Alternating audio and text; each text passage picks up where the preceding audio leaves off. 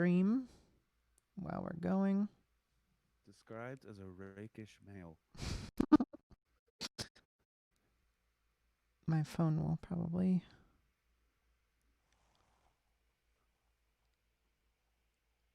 I'm dropping a lot of frames, as I'm wont to do.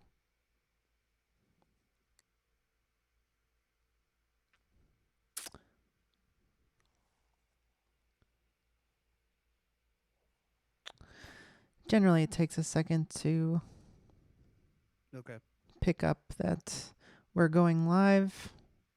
And my volume and everything is okay on your end. You sound great to me. Okay, cool. We'll hear in the chat if you are quiet. And then sometimes you appear as a black square, but I think I know how to fix that. Oh, Okay. We can just let people think that's what I look like too. you're a floating black square? Yeah. Oh, yeah. That would be cool. That would be good. Um, this should be. Let's just go full screen application. And then what does that look like? They say you're a little low, so I'll turn you up. Are there people in the chat now? There are people in the chat. You can, if you go on your, well, I guess you don't have a phone. You won't Yeah. be able to read the chat. I'm sorry. This is the first thing I've ever did where there were people in the chat. In the chat.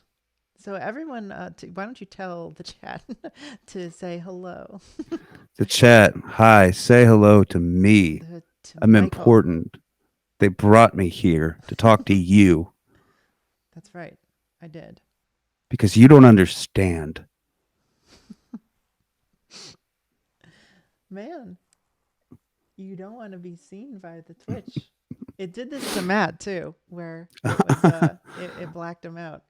I was going to say, I promise I'm not, this is not like a joke that I'm, Well, I'm glad we started a little early yeah. to do this. I like the idea that this is impossible though, that one of, one of my preconditions is, no, I just don't appear on this kind of camera. I can't imagine how it can be really taken any other way. Gonna have to troubleshoot this for a little bit longer. Full screen it. How about that? Does that work? Hey, the chat. How about those, how about those politics? You heard about What are you this? thinking about him? How about that basketball that you're not watching right now? Yeah. Well, you see the Heat get all this way, and then Bam Adebayo can't play, Mm-hmm. and our delightful little.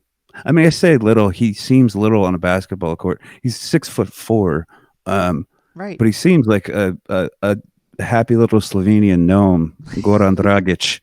You know, he has Mm-hmm. to tear a tendon in his foot. So these finals have an asterisk. I refuse to accept their results. Yeah, you're doing like our very alive president right now and refusing Yeah, to accept the results. that's absolutely correct. And now, I'm in no way dead and have pre-recorded this. now I can't even find you. Wow. Does anyone have a troubleshooting suggestion? Damn. Well, when we get to 9 o'clock, maybe we'll just say Michael is a black square, and he will never do anything Mm, more than that. there was nothing that could be done. There was nothing that could be done. Would it?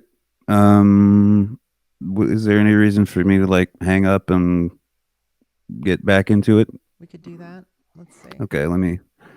I will try hanging up and then rejoining the call. Okay.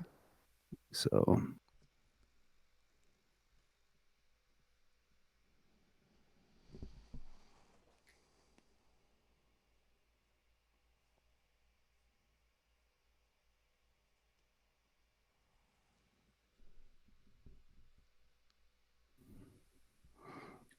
I am back. Are you back?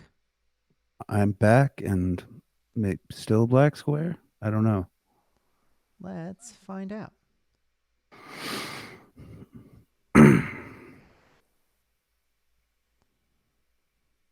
Entire screen. Still, there is a black square. It's a different black square, though. I think I might get it. It's like Pokemon. You have to do three. Mm-hmm. Black square, different black square. And then, There you are. the horrible thing waiting at the end. Hello. The Raichu? Is that me? Is that the last one? I can't remember. Hi. Raichu. Raichu is the last Pikachu, yeah. Okay. What's the middle one? It doesn't have a middle one. It's just two? It's just two Pikachus. It's oh no, there's Pichu. Pichu is the baby. Yeah. Okay. I was Mm. going to say that sounds like a lie. That frankly sounds like bullshit to me. You know what? This is over. I wouldn't have expected you to be a Pokemon player. I am not, but I was 11 at one point. At one point, we've all been children. In the year of, see, every time, well, not every time, because it's not like I've ever done this before, but Mm-hmm. every time I talk to someone on one of these, and it's for an interview or something, and I come near mentioning a date that would identify like my birth or whatever, I always think that you have to do the Will Miniker method. You have to insist I'm 19 years old. My name is Kate in San Francisco. Yeah. And I'm a fucking star on the internet. Yeah, I have a million TikTok followers. Yeah, we're all 19. Yeah. That's what this is about. So we're doing this from different rooms of the same house right now. Yeah, no, we all live in the TikTok house, actually. Me and Yeah. Michael do. Yeah. Cameron Dallas lives in the attic. He tells us when we can eat. It's a decent life. I'm getting tired of cream corn. Yeah. Garman Bozia. Garmonbozia, as they call it. So hello, everybody. Thank you for being here. Thank you, Michael, for being here. This is Dullcare. It's a stream. I'm Bryn Niebuhr. That's Michael S. Judge. And I wanted to ask. I assume a lot of you people don't actually know me. So a lot of you people probably just know Michael, which is great because Michael is cool. But I wanted to ask you here to talk about I guess parapolitics, basically. I gotta admit, you define that for me in your terms because different people seem to mean different things by that. I'm not actually sure. I found out about it because of your recommendation of that book. Oh, you were talking about it at one point. It's called like CIA as organized crime, and like following Oh, those right. Yeah. links got me to a web like the parapolitics guys.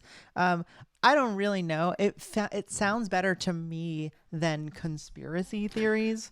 I think that's its basic use, that like we're talking about the stuff that other people don't consider, kosher under the rubric of politics. But we don't want to call it conspiracy theories because that implies that we're about to do some real dumb shit Yeah, and that we don't know what we're talking about. to distance ourselves from reptilians and things Yeah. like that that are just obviously silly. But yeah, I guess that's all for me. It's just like an actual history that is based off of what we know that seems to be so okay. So I've always been, as long as I can remember, the friend in my friend group or family who kind of generally believes in things and knows about and tries to research things that most people find a little distasteful. Yeah. And I feel like I watched the pilot episode of the X-Files when I was like 7 years old, and like that sent me down like a Usenet like computer hole of just Okay, like good.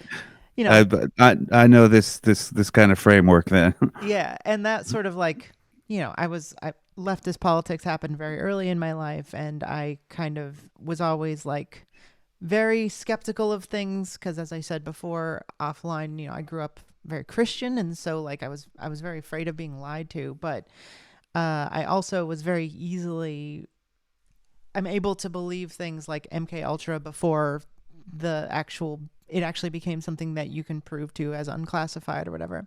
Yeah. Um, so I've always been that kind of person, and when I heard you on True Anon, I thought I checked out your show, and it was great to hear somebody talking about all of this stuff in a framework that made any fucking sense to me at all. Well, I'm glad it did. I'm glad some of it kind of seemed to fit together in any way at all, because I worry sometimes that I'm just sort of like, kicking sand in a certain direction, and like, it's going to form a pile of sand at some point, but those are all individual little sort of Uh I don't huh. know, is that adding up to anything? Am I imparting any sort of like historical direction here, or am I just kind of going like, and one time, There was the there other was thing this I heard guy. about.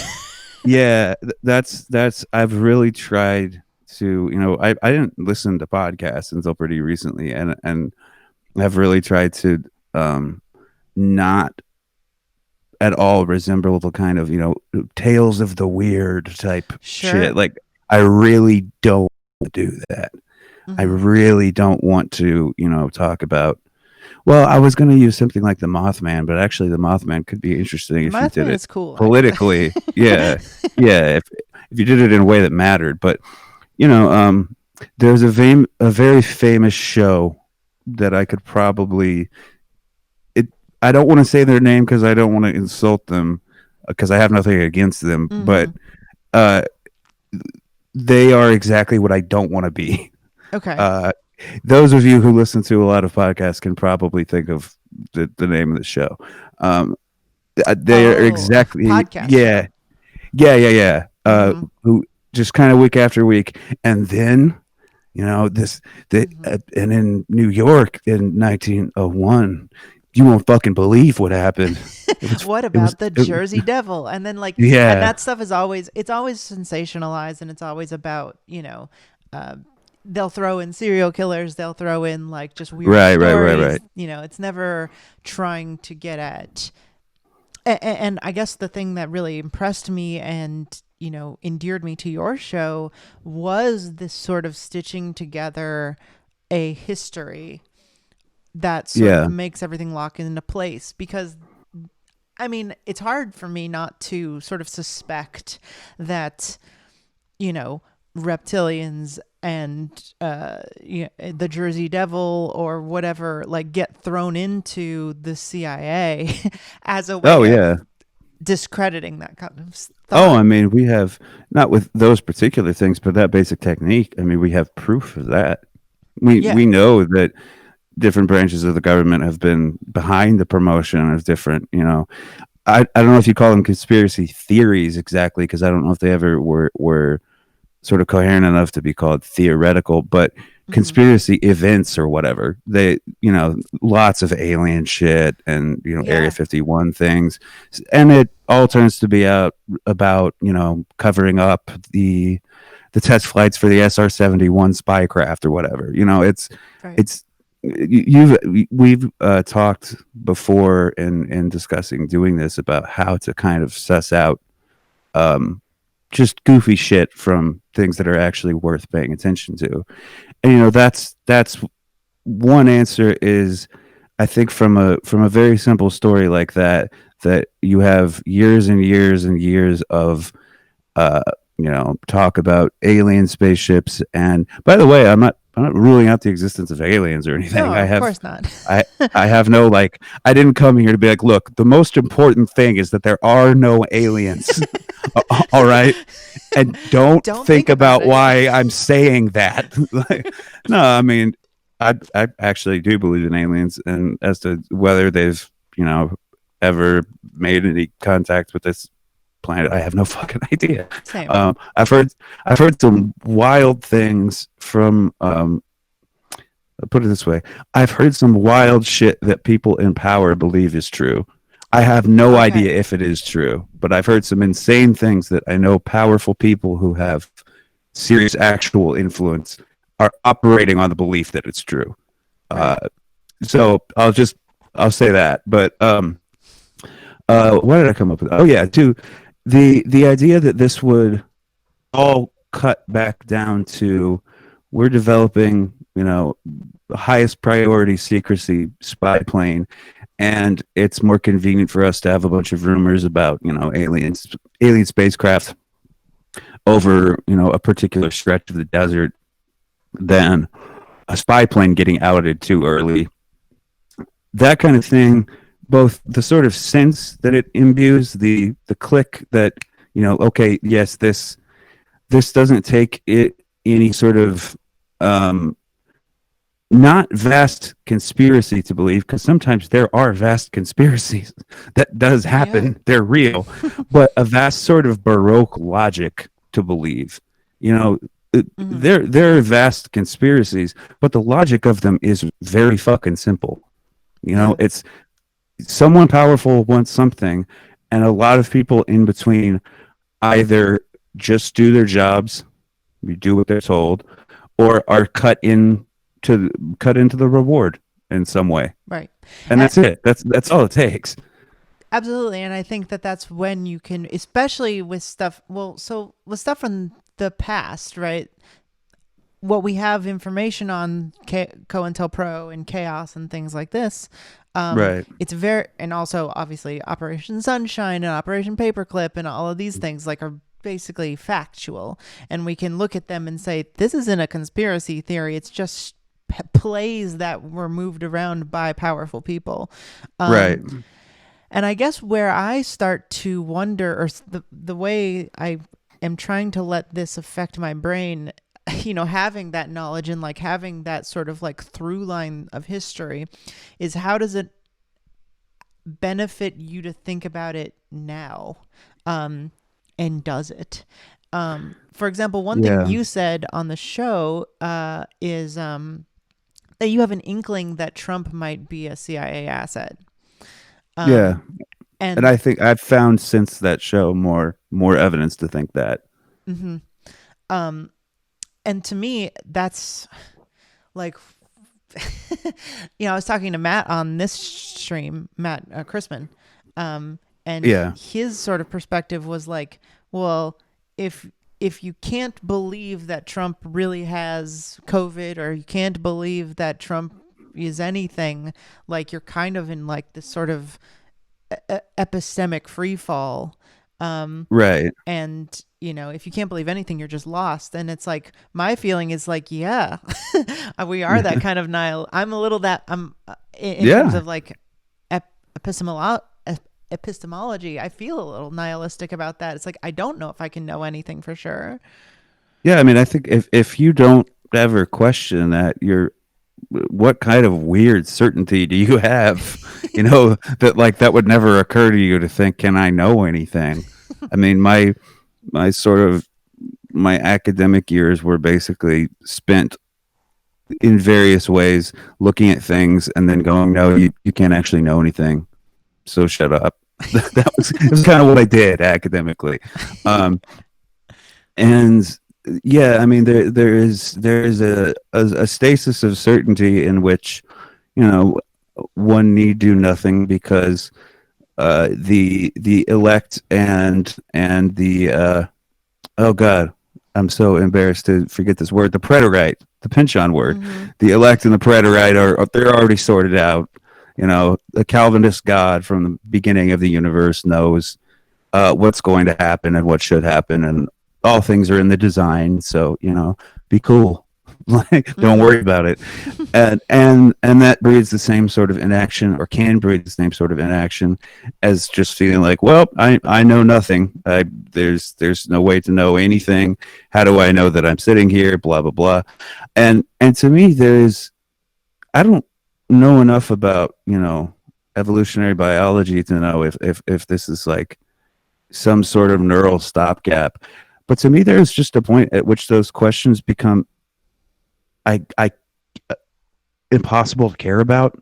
Right. Like, You can't be like reducing everything to to Descartes all the time. Like you'll just fucking right, lose your mind if you try to do that. right, and if you are, where does Descartes get his authority? Why would you believe in the models of things that you're using to reduce yourself? Yeah. If you don't believe that you know anything now, why would you believe what someone else says about how you don't know anything? That is a contradiction in terms. So, the question of whether I'm sitting here talking, I mean, until I'm informed otherwise, I have to deal with things as though I am, you know. Yeah. So if like a Blakean demon appears, a little orc appears over in the corner of the room and like gives me some signals, I'll think about it. you know, Right. it I won't just I won't dismiss it, but until that point, there are certain base realities, like say physical suffering. Physical suffering clarifies a lot of abstract questions. Oh, 100%. Yeah, if you've ever been in serious pain for a long time, there's some shit you just don't care about humoring anymore, and and I take that to be not just a philosophical thing, but a political thing that um I don't want whatever is true, whatever sort of not just operative but metaphysical definition of truth we could come to. I don't want people to suffer. That's sort of an operating point. Right. I don't want to inflict physical suffering on a lot of other people, and I think the models of politics that we're given, in any sort of mainstream education or from major news sources, are totally inadequate to help, not even inadequate to help stop that from happening, but inadequate even to explain to the least degree why it's happening, Yeah. how it's happening. And they don't care to. Right? That's exactly not their job. Their Yeah. job is actually the opposite of that. Their job is to provide for you as narrow a world as possible in which you still feel, usually wrongly, like you're exercising some degree of choice, and thereby you pile up sort of your uh, web browser search history of choices, and now it's a personality, and you then get to make further choices based on the sort of edges and details of your personality, and you eventually find other people who have gone through the same 80 steps, and then you get to form prejudices against people who haven't, and then you take 5 more steps and hate the people you were with before and think they're enormous pieces of shit because you have new friends. Yeah. This is what the mainstream newspaper is in. It's a lifestyle industry. It's not serious. And I say this as someone who, I worked for a big mainstream newspaper. Okay. My family comes from that background, that business. I've been around the inner workings of a mainstream newspaper. One you would definitely know if I talked about it my entire life. I've been in and out of there since I was a little kid. Mm. Um, I know how it works about as well as someone can, and as an outsider can, at least. And I know for a fact, stories of shit being shelved because people just didn't want it in there, and not stories that probably anyone on either of the coasts would care about, or anyone shit even outside the city would care about, Oh. but things that were of major importance to real people just disappearing because someone had lunch with a police commissioner. Hmm. I know that. I know that happened. Um, Right. That's always the funny thing about conspiracy theories to me is that like people who are always so dumbfounded. They're like, "Oh, you're saying all of these people had to know and cover up this big secret?" And it's like, not. I mean, like people Not are really. so willing to do that for anybody who gives them like the slightest glance or benefit. Yeah. I mean, you read, this is when people ask me, how do you find out about the parapolitical, let's say, or how do you differentiate it from conspiracy theories? My answer is always read history, Mm-hmm. because what has actually happened and is documented and is agreed upon, and no historian, at any major university will, you know, if you email them and ask, "Hey, is this real?" They'll say, "Well, first of all, what the fuck are you doing?" But second, Why are yeah, you it's asking real. this? Just that stuff, just the absolutely agreed upon stuff, Mm-hmm. is fucking insane. And whenever people talk about, that's a perfect example, but so many people would have to be in on this. Read about Iran Contra. Yeah. Like, they were. There were hundreds of people. And some of them knew exactly what they were doing and why. And some of them, even when a guy from, a relatively minor paper 20 years later came to talk to them about it, would just openly be like, "Oh yeah, the Nicaraguan thing where we were selling the arms and the drug." Yeah, they would just tell him, weren't even ashamed. Yeah. Yeah, a lot of people did have to know about it in some degree or another, and it's in some degree or another that I don't think people take into account enough. Mm-hmm. That that did a lot of people have to have the entire plan for, okay, we're going to try to replicate some sort of American friendly dictatorship in Nicaragua after the fall of Anastasio Somoza by selling cocaine, particularly in racial ghettos in the United States. Mm-hmm. And ideally, we're going to find a new and cheaper form of cocaine, because cocaine at this moment is kind of a luxury drug, and no one actually does that much of it at any one time because it's so expensive. So we're going to need to work on that. And then in a couple of years, some guys are going to get kidnapped at an embassy. No, Yeah. like, Yeah. nobody knew all that at the beginning. Probably nobody had a full grasp of the entire thing at any one point. Mm-hmm. But there were lots of people who knew their little part. There were, And you clung know, to it yes, like death. absolutely. Yes. I mean, guys Love who it. are still talking, still proudly somewhere in fucking Miami right now. Mm-hmm.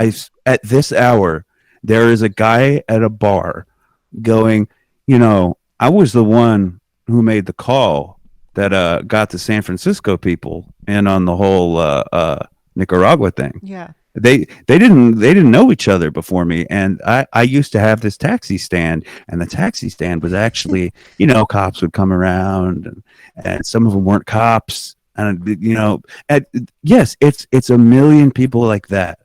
It's guys who own an auto shop who also happen to sell a little coke, and Mm-hmm. all of a sudden, via selling a little coke, a political actor gets connected to their distributor, who connects them to the person above him, and all of a sudden, the two guys who run an auto shop, who in their minds, they're two guys who run an auto shop.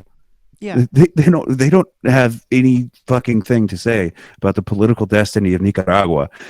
They are now part of, in the sense of people who sort of don't believe this is possible, they're in, the conspiracy. That's what it is. It's just people doing what they do, often what they were going to do anyway. Yeah. And These it's are the best conspiracies of all. yeah, and it's always baffling to me, especially I've been reading I'm a couple hundred pages into The Devil's Chessboard, and Yeah. like that's like for a while there, like the Holocaust was kind of a conspiracy theory. You know what I mean? Yeah. Like, Yes. and like you know, you can't look at that and with a straight face be like, how many people had to know about that they were killing millions of people and all keep Yeah. their mouth shut? That doesn't seem plausible. It's like it happened. We all know about it. Same with MK Yes. Ultra, like MK Ultra or the Tuskegee experiments. Like Yeah. no one cared. I can't remember the name of the book. I had to read it in high school, but it was a book in large part about uh, Henry Morgenthau in Roosevelt's administration Mm-hmm. trying to get people to showing them, photos and having translated, intercepted documents, and saying, no, they've already taken all the Jews' property and they've forced them to live in ghettos, and now they're sending them to what look like work camps, but they're not work camps. They're killing them there, and people are going, they're killing that many Jews. Why would they That kill that many. many Jews? What is the point Right. of that? And it's like, yeah, rationally, that doesn't make sense. Why in the middle of a fucking war would you dedicate this astonishing excess of resources to a project that makes no sense? Because it doesn't make any sense is why. Yeah. Because the people doing it are out of their fucking minds. It doesn't have to make any sense. Yeah. This is, does it make sense as kind of the last test of these things? That's good, I guess, as a general rule. You can't always use it.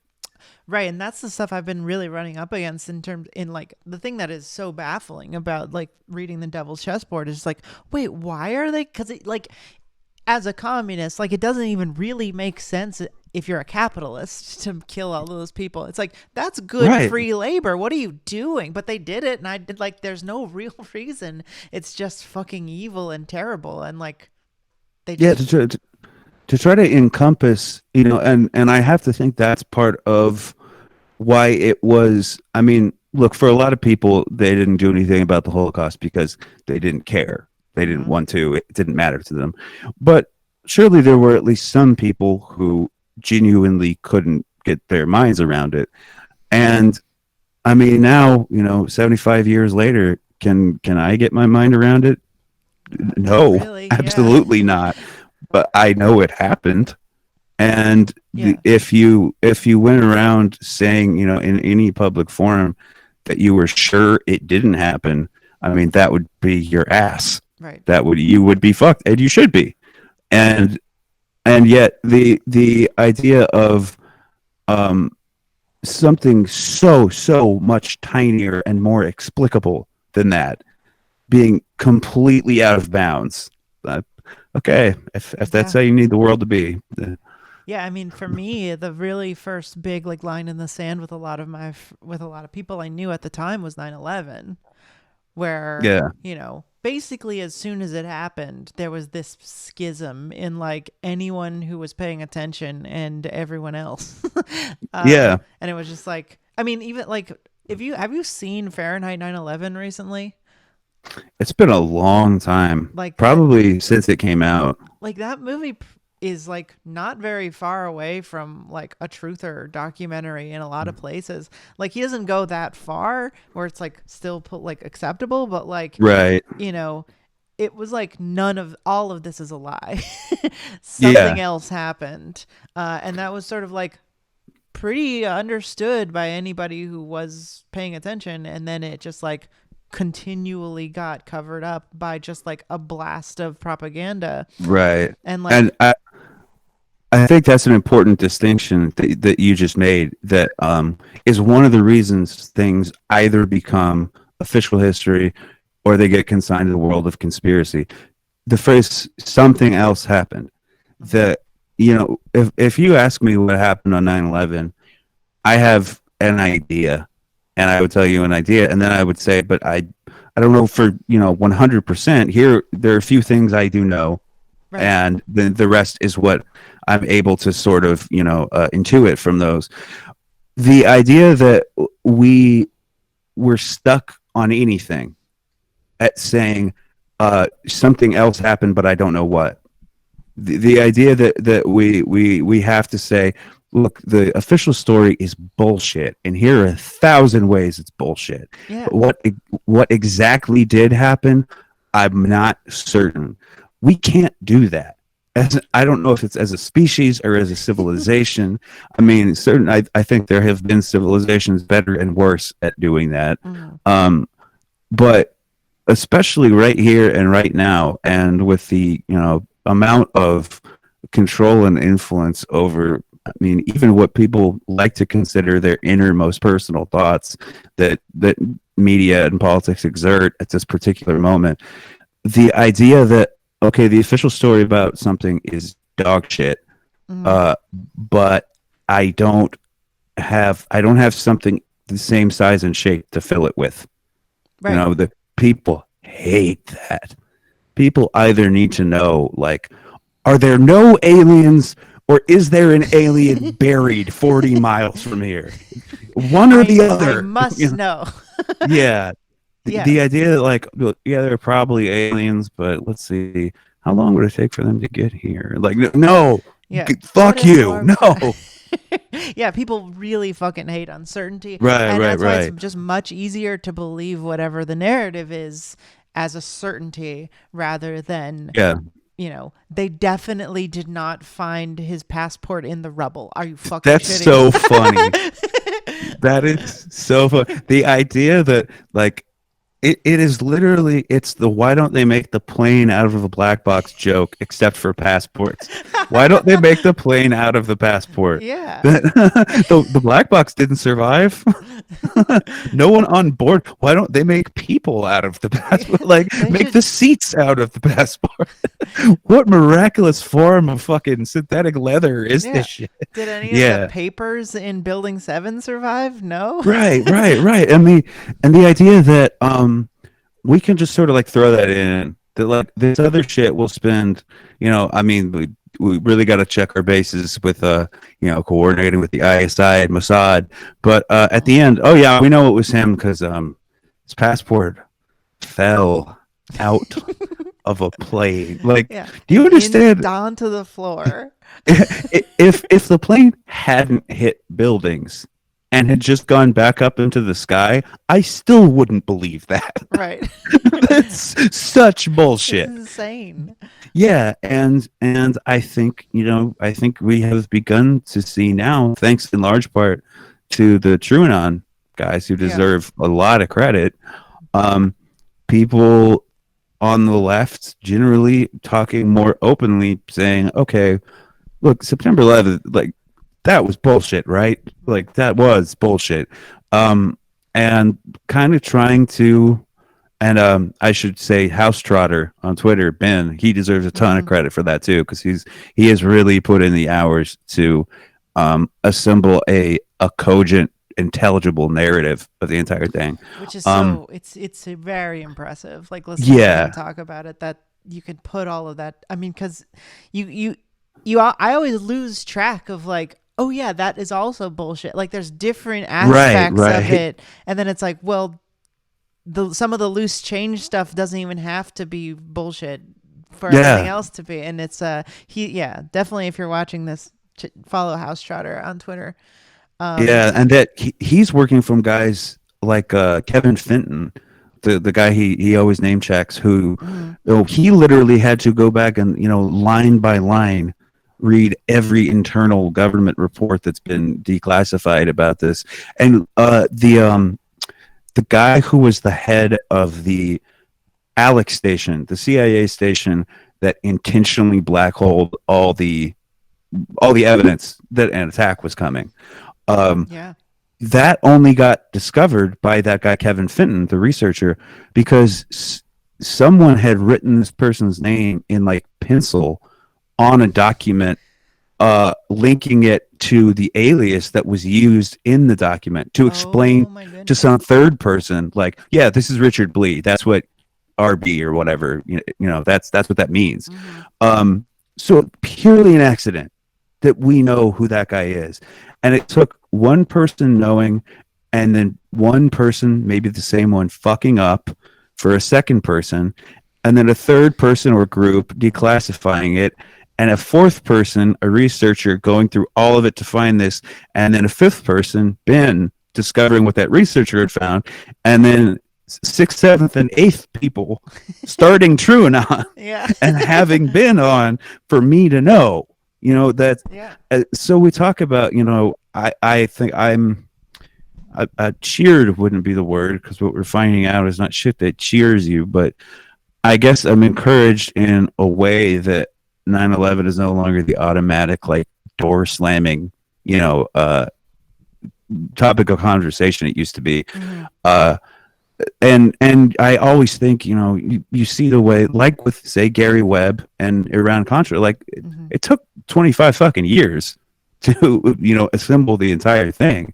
It's not like he got his first witness or first person involved and first version of the story and just put it down on paper, the basic narrative, and that was it. Mm. That's not how serious people report these things. They want to Yeah. substantiate everything. They want to get witnesses and people involved. Um, so I'm happy to see that. I mean, I remember. I don't know how people view this at all now. View the Onion now. Um, Mm. but for Still fun, I think, generally. yeah, I mean, I think people haven't. I'm going to use an online word now. I don't think it's been canceled. Oh, his- um, but I remember, that was, the Onion was in great currency among just like general sort of lib and lefty types when I was in college and shit. Same. And and them doing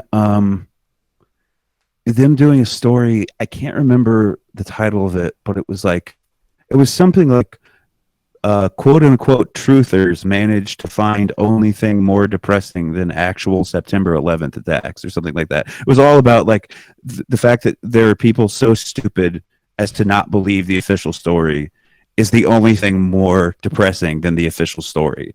Oh, that sucks.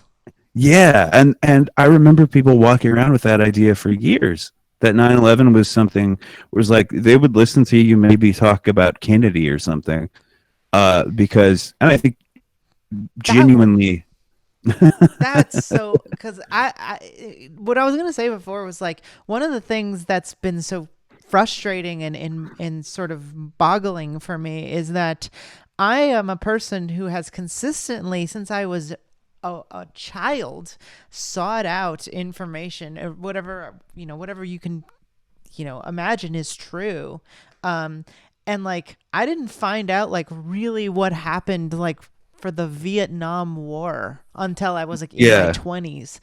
yeah, And like I had to like list I had to go to like communist writings to like find out like, oh wait, no, they weren't even bad. We were yeah, entirely wrong. It wasn't just that we were fighting a losing war, but not only that, like the thing you were just mentioning, JFK.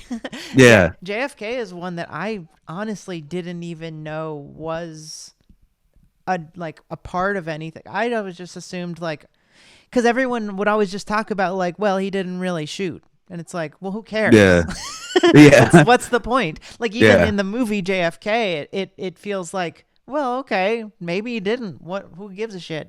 yeah. What is Until it? basically listening to your show, I was like, oh yeah. I think that's how a lot of people treat it. Unfortunately, it's just like, oh, a crazy guy either did or didn't do something. What, Right. what the fuck do I care? But like And recognizing it as like the paramount point of a military coup of America is entirely a different story. right, That is absolutely necessary that everyone should know, especially if you consider yourself a quote unquote leftist. Like, you can't just be going around and being like, let's throw Molotov cocktails at the cops until you realize that we don't have, not only do we not have a democracy, but it's an aristocracy run by people you don't know their names. yeah. And something like Vietnam, the Kennedy's death has so much to do with the idea.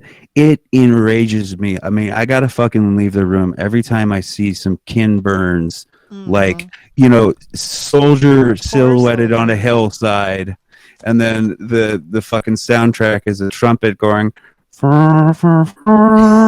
And a fucking Following the Lord. voiceover going, we did some good things, and we did some bad things. I was with honorable men, and I was with sons of bitches, but the war's hell. It's like, Yeah. Go fuck, fuck that was a yourself, man. genocidal project. Like that was a borderline genocide. The amount of Yeah. people we killed and the inhumanity with which we killed them there is still, I think, not understood. Like Vietnam should be thought of by Americans on basically the same level the Holocaust is thought of by Germans. Yeah. Or at And least slavery. Right, right. I mean, the utter shame that Germans still have. Well, most Germans, the Yeah, well, the laws that are passed about Holocaust denialism being illegal in Germany, yeah, and in the United States, we still have people going, look, if the president hadn't gotten in the general's way, we would have won that goddamn war. yeah, Fuck you, Jesus Christ! yeah. It's crazy. It really, I mean, it with any research into it at all, and I think the Devil's Chessboard, the biography of Alan Dulles, is a book I'm always recommending to everyone. It's so Um, important. yeah, it's an incredible book, and it's what I was talking about earlier of how learning how to distinguish conspiracy, like just knowing the facts in that, just what is in that book, just I mean, written by a guy who writes for like Harper's and shit, He and The founded Atlantic. Salon. Yeah. Yeah, he founded Salon. Like, this is not a scary person, and the simple factual information that he put in that book should make you punch through a window. Like, it should Absolutely. entirely reorganize your view, not just of where you are, but of what the entire history of the United States is, and realize that basically we think we understand, at least in broad outlines, something of modern history. Modern meaning, a couple hundred years or whatever. Yeah. And really, what we know is a kind of pageant put on since a few years after the end of World War II. Hmm. That's what we actually have some kind of tangible grasp And of. speaking about that pageant, I want to talk to you about this book. Oh, hell yeah! I read this book um, when I was 21. That's about the right time. And it really kind of realigned a lot of things for me about everything. But I want to say that I absolutely did not understand it. Like I didn't Oh, I have any mean, sort of conception of the book at all. Um, there of there are things in that book that no one will well, understand. I know Pynchon himself doesn't understand and doesn't remember having written. He is in one of the few direct attributed comments we have from him. He said something like, there's shit in that book that I'll never know why I put in there, or something like that. I mean, he really, one of the reasons Gravity's Rainbow is strange, is because Pynchon himself, I don't think, is that proud of it. Mm, He seems, to the small extent that we have access to his opinions as a human being. If you wanted to, if you asked him, hey, Thomas Pynchon, we're talking for some reason, uh, yeah, what book of yours do we put in the the modern library or whatever? yeah. I think he would say something like Mason and Dixon. You think I think, so? yeah, and Mason and I don't Dixon. particularly like that book. Mm, Um, I think that's how Pynchon imagines himself, as basically like a weirdo version of sort of a humanist historical novelist. Um, and I think Gravity's Rainbow for him was, I mean, you can sense it in all through the text. I mean, paranoia and entropy are two of the main themes, written during a really fucked up time, hmm. in both his life and in American history, when really fucked up things were happening every goddamn day. Yeah, And he was right to suspect himself of being, I mean, he wrote that while living on, beaches in and around LA, allegedly from like about 65 to 72. Imagine the shit he was in the middle of. yeah.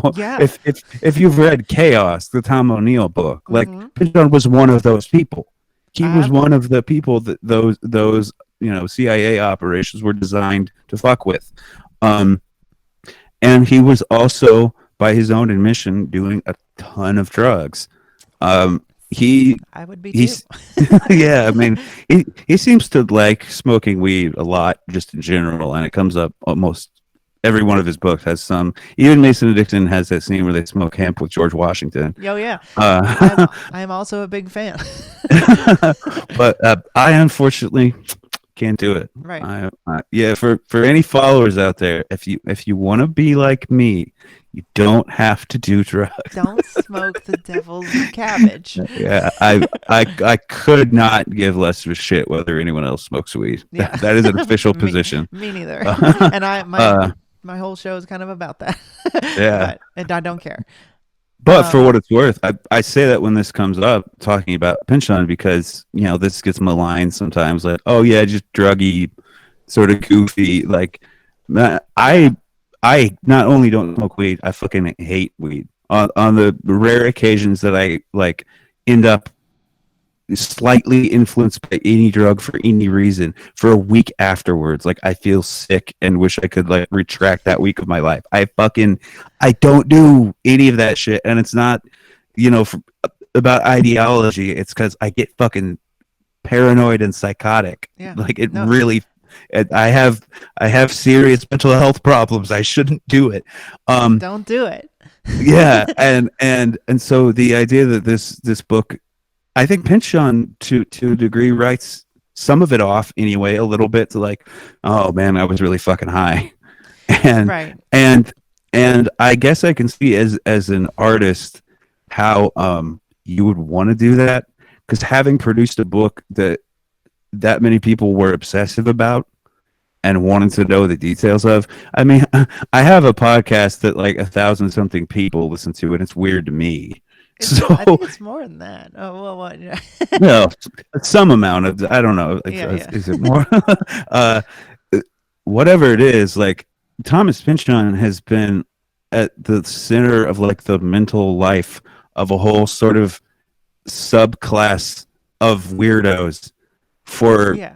what, almost 50 years now. And I think the reason for that, I mean, correct me if you don't feel this way, but like there's something about especially this book, and I think there is, you've talked about this too, but like after I read this, I read most of the rest of his work, V and Crying of Love Yeah, 49 especially.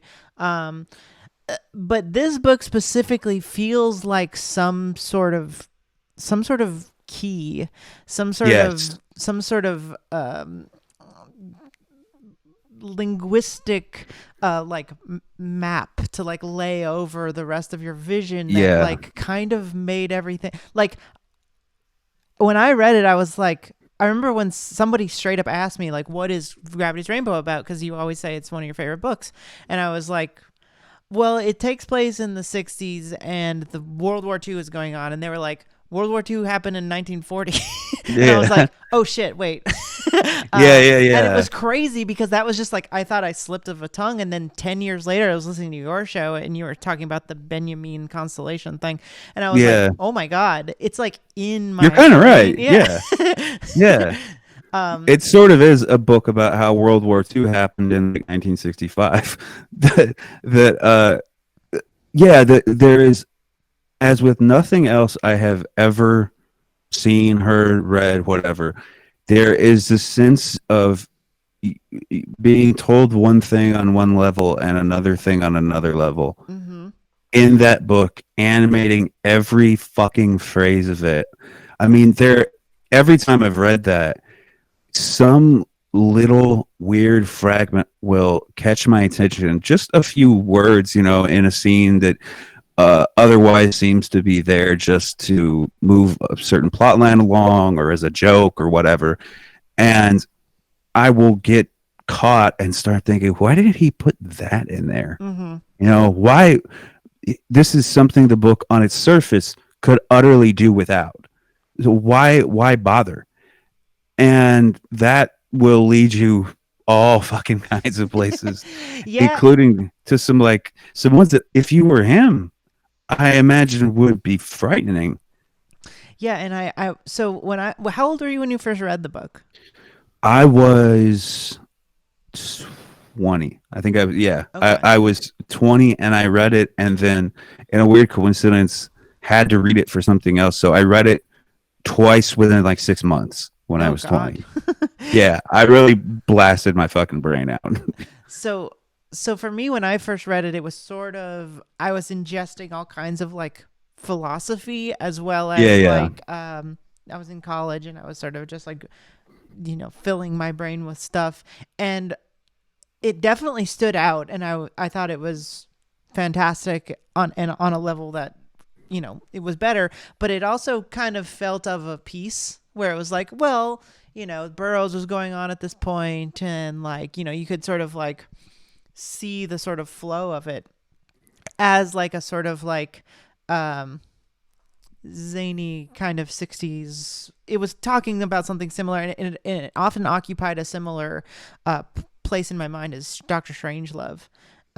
Yeah, there's people kind of try to put. I got to admit that I personally I see that more with like V and Lot 49. Yes. That yeah, putting him in the same world as like Terry Southern and people writing kind of psychedelic satires or whatever. Right. So when I was like 25, I read it again because I couldn't remember a lot of it. And I kept saying that it was my favorite book. And I was like, I should probably know what happens in Gravity's Rainbow. Yeah, And so I read it again, and it just felt like it was seething the second yeah, time I read it, where it just felt like he was really angry. And that yeah, really couldn't get that out of my mind for many years, where it was just like, what is he trying to like? I get being mad at Nazis, and I get being mad at like missiles and like the carnage of people, but like it felt much more personal to him, and it feels like a more autobiographical book.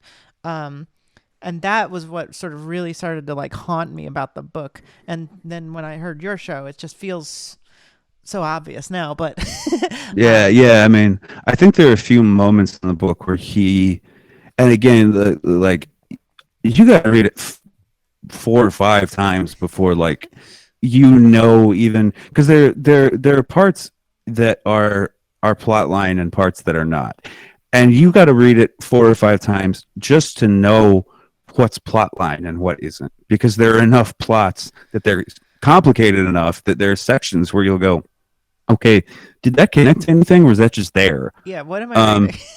Yeah, and I think in the flux of that, a couple of moments that really stand out to me to sort of explain, because you're right, the rabid anger of certain parts of that. Yeah. The moment where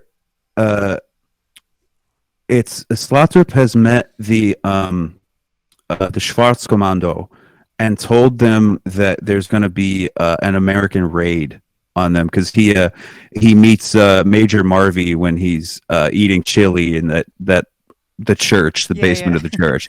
Yeah, so he finds out about the raid and tells the Schwarzkommando not to be there. And later that night, Chicherin, the Russian, is there with Major Marvy, and is this is his kind of assignment to take care of the Schwarzkommando and the rubble of the war, but he's also obsessed with destroying his half brother. So it's got an entirely different meaning for him, and he has the vision of the giant hand floating in the sky and just slowly going, oh, like Yeah. the realizing that this war has never been about communism versus fascism, or about the West versus the East, or about the Allies versus the Axis. What it has always been about is the greater mass of us versus what in this book specifically he calls the rocket cartel. Yeah, yeah. But you could generalize simply to say the emergent technocrats who have a vision of synthesizing human life with technology and controlling it forever. Mm-hmm. That's what the war is about. That's who the combatants were, and they won. We did not win. Yeah. We decidedly lost on all kinds of levels, and that I don't think there's some people who will consider this over the top. I don't think it's ridiculous to say that a lot of aspects of our lives are direct. No, I know it's not ridiculous. What the fuck am I saying? Let's just say that a lot of aspects of our lives are just directly continuous with the Third Reich, and there's no real break between them. The same people just got different employers. and Yes. the plans they were working on at company A were then taken over to company B, and tried out on a much larger scale in a much larger market. I mean, globalization that hit like a bastard. They thought they were going to be able to do it in Germany, but goddamn, it's the 1980s and we are all partying. Right. Which is why I like feel fucking great. which is why like works like The Man in the High Castle and things like start to become more toothless as you sort of read actual history and sort of kind of Yeah, this picture comes into view that like we are living in the whatever number Reich, like yeah, the goal of the American left or the left in general is not to be to like trying to stop anybody from winning. They won. Like yeah. we are rolling a boulder up a hill at this point. Yeah, if you're still at the the stage where you think like you have to join the fight, Yeah. you, you might need to back up a little bit. Yeah. They shit on our graves once a year. Like we are fucking toast. Um, you got to go back to the beginning of the beginning and Mhm. figuring out. I mean, every time I think about this question, where the left is and what it can do, and these sort of grand, vague ideas, I think of the footage that came out of that DSA conference last year or the year before, and just like, Mhm. oh my god, oh, we're all going to die. Well, probably half of those people are assets. Yeah, and probably some of the people involved in the most embarrassing parts of that are also thoroughly decent people who really believe what they believe Yeah. and just have never been given any other example of like how to be a human being in public. Right. And the fact that it's like you can't fight a revolution when Brace on TrueAnon recently said something that I think is absolutely right and makes me pissed off every day. Now that it's cool to be a socialist, now that talking about socialism is cool, everybody thinks socialism is about them for Yeah. some reason. Mhm. Everybody thinks it's like a movement that I'm the star of, like it's grunge or something. It's Right. it's it's a fucking cultural motif, It is. you It's a know. subculture. Yeah, and inevitably that's we'll look back if there's anywhere to look back from, and go like, oh yeah, grunge. It was like Brit pop. It was like fucking Oasis for Yeah. a while there. Um, and of course it's not true of everybody, but we got to realize, I mean, things so much more basic than even political indoctrination or whatever, that people don't have examples of how to behave. Mhm. People don't know how to like be in a group and not fuck everything up immediately. Right. Yeah, people don't know how to talk. I mean, we Well, are. people don't know how to like extend power and like organize it to a point where they can like functionally have a conversation with more than 10 people. And like Absolutely. that was like that happened to me like I lived in New York City when Occupy happened, and that was like I was like we're fucking doomed. Like there's not like the project now has to be to get anyone on the same page, but like that was Right. clearly immediately like I spoke to someone I am 100% certain was an agent. Like Yeah. I am not even I don't have a doubt in my mind Oh, that absolutely. like It's they it's were it's there such a immediately.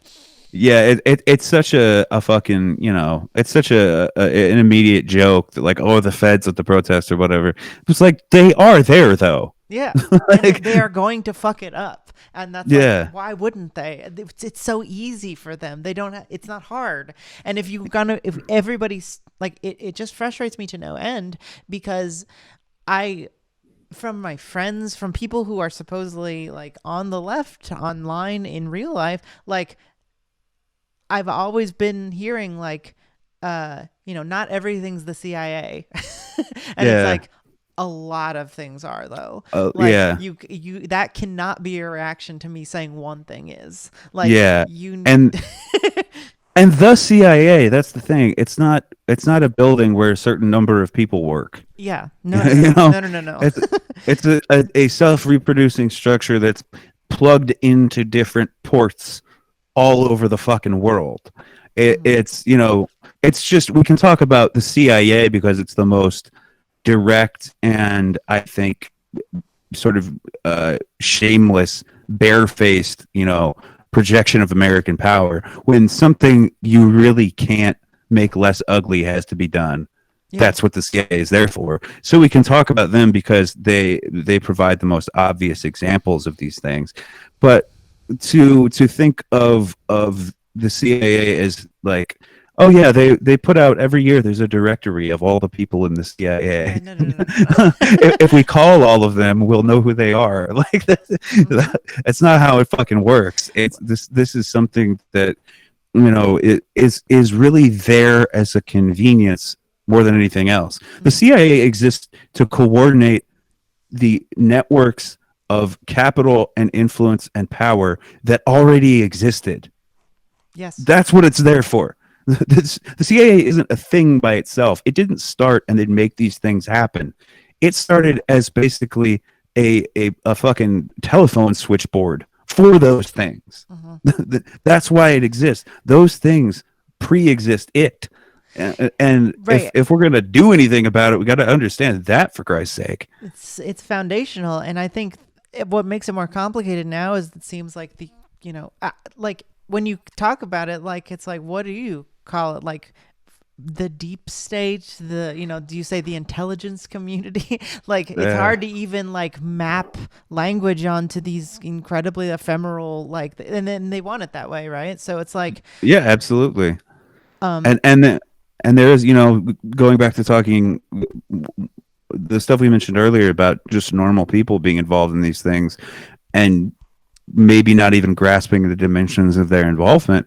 Like there is a distinct difference between what Brace, for example, like semi jokingly but also kind of not really, calls the cabal, yeah, uh and the world of the, if you want to call it, the deep state or intelligence networks or whatever.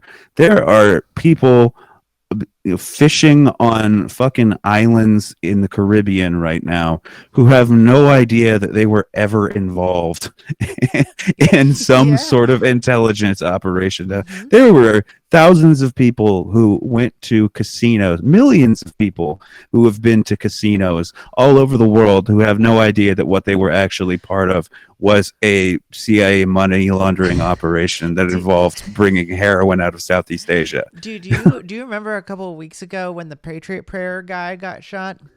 Oh yeah, yeah. And like my immediate thought was like, well, that guy, like, was probably influenced by, something. And like, I had to tell people that like the FBI and the CIA have like recorded history that is like reported in very safe, not scary outlets like This American Life, of like 100% entrapping Muslim kids and lefty kids into Oh yeah, like yeah. doing terrorism.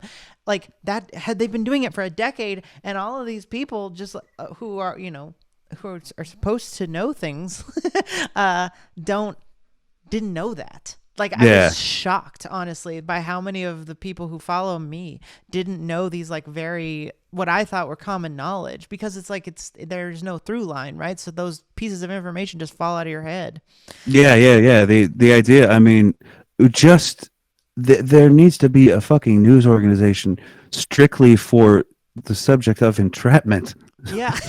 just just for keeping track of, okay, what shit that you kind of vaguely remember from a few years ago Hmm. turns out to have been someone who didn't have any choice about it. I mean, Yes, it happens I so much. I don't know about you, but when I'm having a normal day, what I love to do is put one of my children in a sports car with a bag of cocaine and a bunch of guns, Hmm. and then give my other child a matching sports car, and Yeah. then drag race them at 110 miles an hour. That's a normal thing to do. We're normal, Hmm. and that's a way we express being normal. I'm normal actually, and what's also normal is getting not arrested for that, and then all of my charges Yeah, dropped for it. yeah. Like, Having the come police on. stop me and I say, hey, officer, looks like we're here again, I huh? have an And he says, illegal yep. I have an illegal gun and that doesn't matter to anybody. Yeah, yeah. I mean, it's like fucking Peter Sellers in Lolita. That Yeah. I just, I just noticed as is such a Quilting. normal type of guy over here. I thought, boy, he sure looks. I'd love to know such a normal, average kind of man. Yeah. Oh man. Well, we're over time, Oh so yeah, but I guess we'll leave it there. leave At leave it being normal.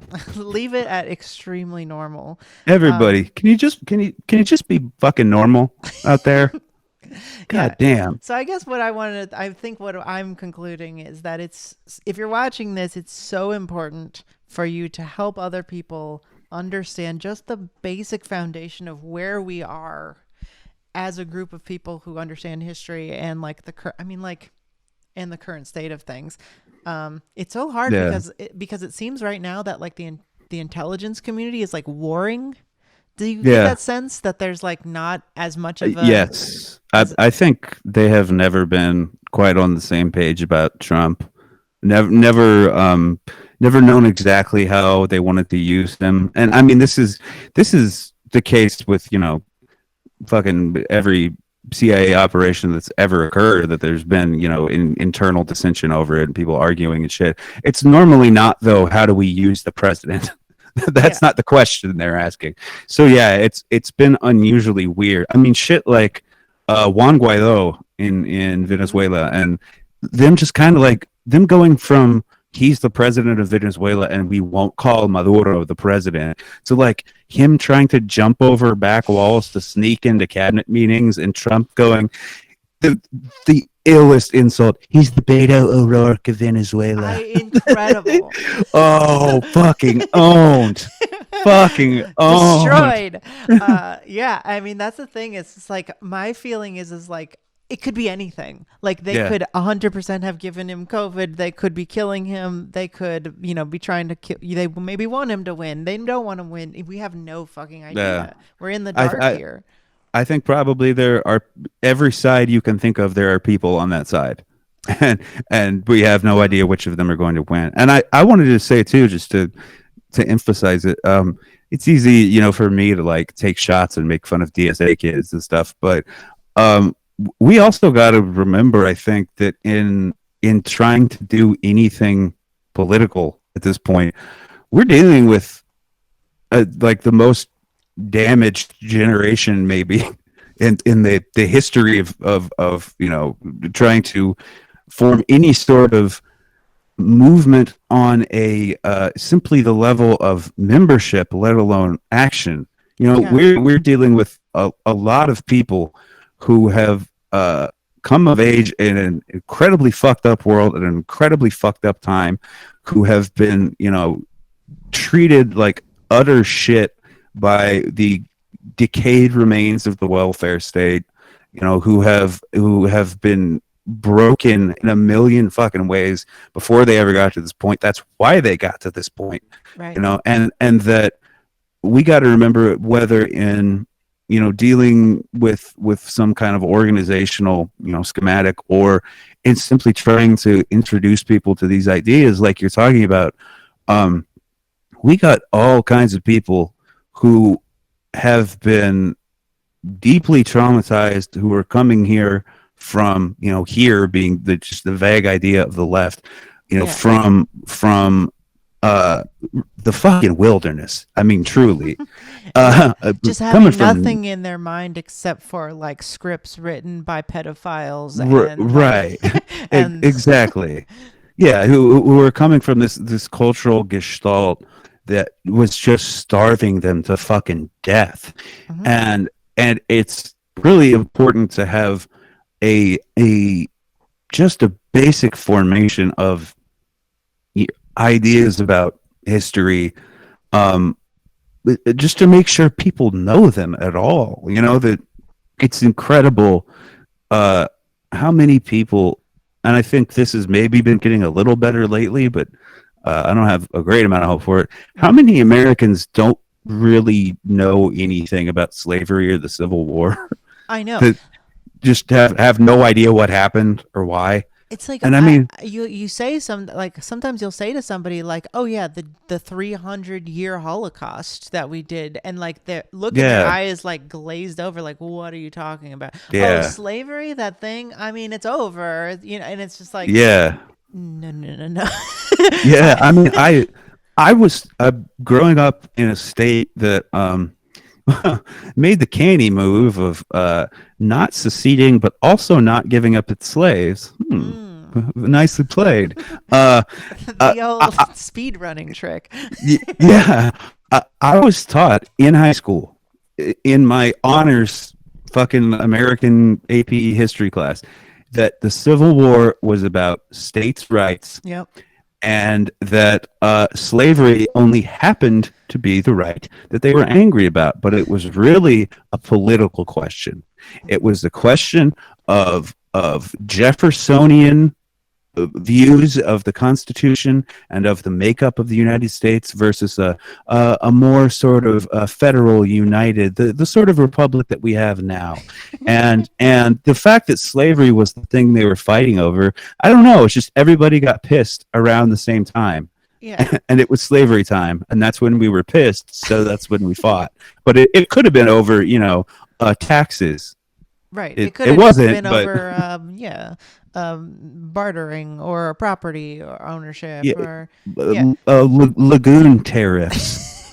And it's such a Yeah. fucking bald face offensive lie to be like, oh, actually, this wonk shit was way more important than people's fucking lives. Yeah, especially when the ideologues of the South themselves in writing are like, it's about slavery. Yeah. It's I want to own these. 100% slavery. I If I must own should these die in people. this war and people in the future wonder what I was fighting for, it was slavery. Do And not people going, listen to him. no, actually, it was about, there was an unusually high corn yield in the Midwest that year, and there was an argument over how much to use for seed corn and how much to use for making whiskey, which was very popular with the German immigrants that had flowed into the country so much during the middle 1800s.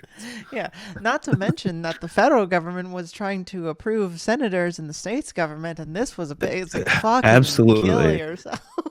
Secretary Edwin Stanton, Yeah. that just fuck that. We got to remember, in any sort of organized and any sort of educational activity, people have been lied to about fucking everything. Everything. I mean, there is no subject on which we have just been told the simple, unvarnished truth. So you got to, when you talk about being radical, take the literal sense of that. To the fucking root.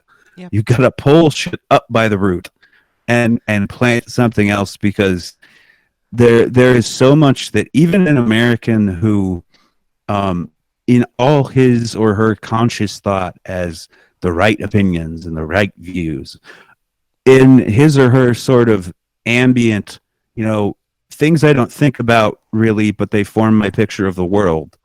Those things are insane. Yes. Yes. And So you can't allow them to just like be in your mind as something you haven't interrogated. right, yeah. This is our message about being normal. Mhm. Get normal brain in this part. in, in the whole kind of ambient stuff that you don't think about specifically, but it forms your, when anytime you see something and you think, yes, that's the way that thing happens. Yes, that's how that thing goes. Ask yourself, am I being normal right now? Is this normal, or is this some weird shit? Is this normal to think that the police are necessary and that Is that is that we is have it to arrest people for drugs? Is that is it normal? yeah, is it normal to think that, like, there are you have to, like, reach quotas to get public housing? Hmm. Is it normal to think that you can fail at getting public housing? Is it normal to not have health care unless unless your labor is being exploited? Yeah, I mean, is it normal to, like, feel yourself get shot and think, "Fuck, do I go to the hospital?" Yeah. are, are are you having a normal moment? in that moment. Because if you're not, this deserves some consideration. Right.